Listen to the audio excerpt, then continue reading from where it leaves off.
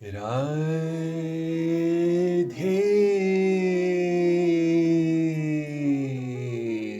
राधे। चलिए, आज हम चर्चा करेंगे प्रभु के विराट रूप और श्याम सुंदर रूप की। मिलकर बोलिए, राधे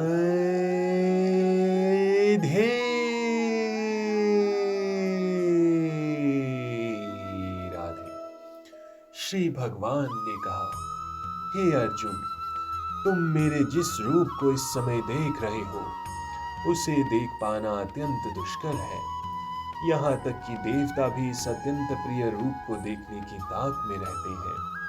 भगवान कृष्ण ने अपना विश्व रूप दिखाना अब बंद किया और अर्जुन को बताया कि अनेक तप यज्ञ आदि करने पर भी इस रूप को देख पाना असंभव है। अब सुदुदर्शम शब्द का प्रयोग किया जा रहा है, जो सूचित करता है कि कृष्ण का द्विभुज रूप और अधिक गुह्य है। कोई तपस्या, वेदाध्ययन तथा दार्शनिक चिंतन आदि विभिन्न क्रियाओं के साथ थोड़ा सा भक्ति तत्व मिलाकर कृष्ण के विश्व रूप का दर्शन संभवतः कर सकता है, लेकिन भक्ति तत्व के बिना ये संभव नहीं है। इसका वर्णन पहले ही किया जा चुका है। फिर भी विश्व रूप से आगे कृष्ण का द्विभुज रूप है, जिसे ब्रह्मा तथा शिव जैसे बड़े बड़े देवताओं द्वारा भी देख पाना कठिन है।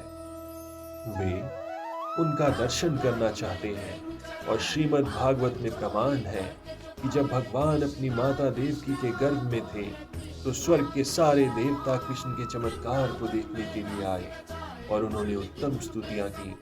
यद्यपि उस समय वे दृष्टिगोचर नहीं थे, वे उनके दर्शन की प्रतीक्षा करते रहे। मूर्ख व्यक्ति उन्हें सामान्य जन समझकर भले ही उनका उपहास कर ले और उनका सम्मान न करे, उनके भीतर स्थित किसी निराकार कुछ का सम्मान करे, किंतु ये सब मूर्खतापूर्ण व्यवहार है। कृष्ण के द्विभुज रूप का दर्शन तो ब्रह्मा तथा शिव जैसे देवता तक करना चाहते हैं। भगवद गीता में इसकी पुष्टि हुई है। अवजानन्ति मां मूढ़ा मानुषी तनुमाश्रितम। जो लोग उनका उपहास करते हैं वे उन्हें दृश्य नहीं होते, जैसा कि ब्रह्म संहिता में तथा स्वयं कृष्ण द्वारा भगवद गीता में कहा गया है। कृष्ण का शरीर सच्चिदानंद स्वरूप है। उनका शरीर कभी भी भौतिक शरीर जैसा नहीं होता, किंतु जो लोग भगवद गीता या इसी प्रकार के वैदिक शास्त्रों को पढ़कर कृष्ण का अध्ययन करते हैं, उनके लिए कृष्ण समस्या बने रहते हैं। जो भौतिक विधि का प्रयोग करते हैं उसके लिए कृष्ण एक महान ऐतिहासिक पुरुष तथा अत्यंत विद्वान चिंतक है। यद्यपि वे सामान्य व्यक्ति हैं और इतने शक्तिमान होते हुए भी उन्हें भौतिक शरण धारण करनी पड़ती है, अंतोगत्वा वे परम सत्य को निर्विशेष मानते हैं। अतः वे सोचते हैं कि भगवान ने अपने निराकार रूप से ही साकार रूप धारण किया है।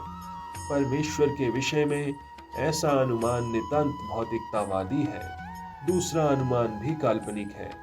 जो लोग ज्ञान की खोज में हैं, वे भी कृष्ण का चिंतन करते हैं और उन्हें उनके विश्व रूप से कम महत्वपूर्ण मानते हैं।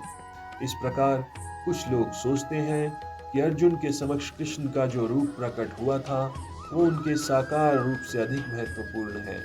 उनके अनुसार कृष्ण का साकार रूप काल्पनिक है। उनका विश्वास है कि परम सत्य व्यक्ति नहीं है, किंतु भगवद गीता के चतुर्थ अध्याय में दिव्य विधि का वर्णन है और वो कृष्ण के विषय में प्रामाणिक व्यक्तियों से श्रवण करने की है। यही वास्तविक वैदिक विधि है। जो लोग सचमुच वैदिक परंपरा में हैं, वे किसी अधिकारी से ही कृष्ण के विषय में श्रवण करते हैं और बारंबार श्रवण करने से कृष्ण उनके प्रिय हो जाते हैं। जैसा कि हम कई बार बता चुके हैं कि कृष्ण अपनी योग माया शक्ति से आच्छादित है। उन्हें हर कोई नहीं देख सकता, वही उन्हें देख पाता है जिसके समक्ष वे प्रकट होते हैं। इसकी पुष्टि वेदों में हुई है, किंतु जो शरणागत हो चुका है वो परम सत्य को सचमुच समझ सकता है।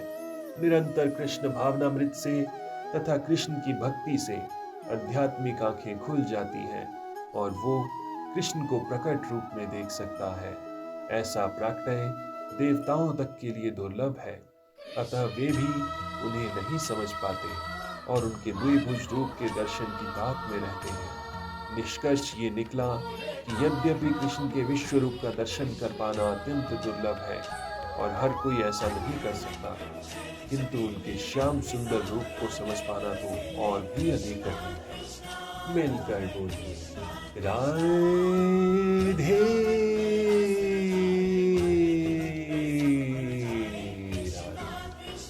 हरे कृष्णा कृष्ण कृष्ण हरे हरे, हरे राम राम राम हरे हरे।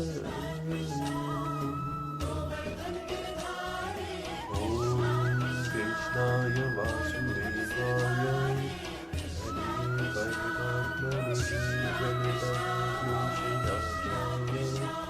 गोविन्दाय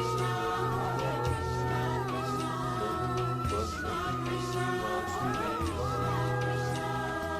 हरि शरणं हरि शरणं हरि शरणं।